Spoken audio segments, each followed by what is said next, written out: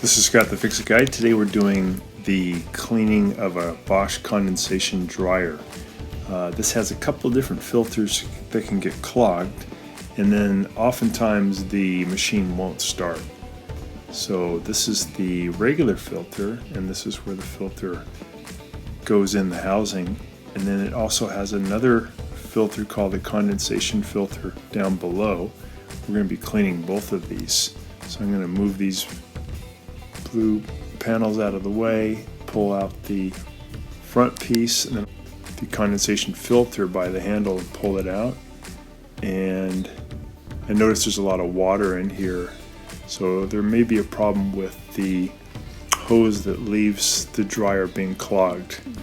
So we have the filters over here by the hot water, and we're gonna take an old toothbrush. You could use a wire brush if you're gentle, or an old toothbrush would be fine, using hot water and some soap. You just want to clean off every bit of lint that you can find. People who use the anti-static dryer sheets may have to scrub a little bit harder because they tend to leave like a waxy coating. Hey guys, can you take just a second to click on the subscription link below?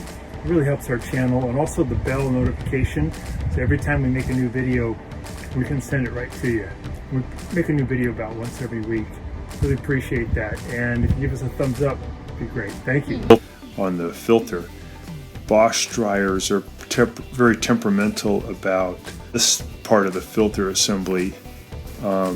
This should always be like pure white, like a white stocking, and if it gets kind of a gray color, that can be enough accumulated lint where the machine cannot do what it's supposed to, and it'll send a code and turn itself off. So if that's happening, it's probably this filter that you really need to clean.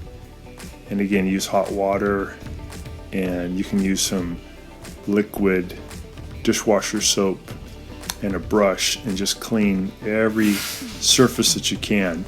One way you can test to make sure the filter's okay is water should be able to flow through it pretty easily. If water kind of pools up on top of it, that's probably due to those dryer sheets creating a waxy coating. Actually makes it kind of waterproof, but also prevents air from flowing, and that'll make your dryer overheat and it'll turn itself off. So I would do this basically every time you do a load. I would open this up and just pull out any accumulated lint, and then maybe do this thorough cleaning about once a month. We're just cleaning some of the other pieces here. This one's not too critical. This is just getting surface stuff out of the way. Again, just using a brush and hot water. This one though, the condensation filter itself, you got to do a really good job cleaning this one. You may find that there's some lint caught in here, and just using the hot water and water pressure, you should be able to knock all the lint out. Now I'm going to dry this filter, the condensation filter. It's okay if it's wet, but this one I'm going to dry it. And we notice that it's a lot cleaner, more of a bright white color, and that means that air can flow through there really easily, and your dryer will dry much faster. It'll use less energy, and it won't overheat. So I'm also cleaning the area where the condensation filter goes. There's a lot of lint that had built up in here. Also, you can reach into that tunnel and see if there's any lint. This is the housing where the regular filter goes. I'm using a brush just to knock off all this accumulated lint, and then I'll get that stuff out of the way and throw it out.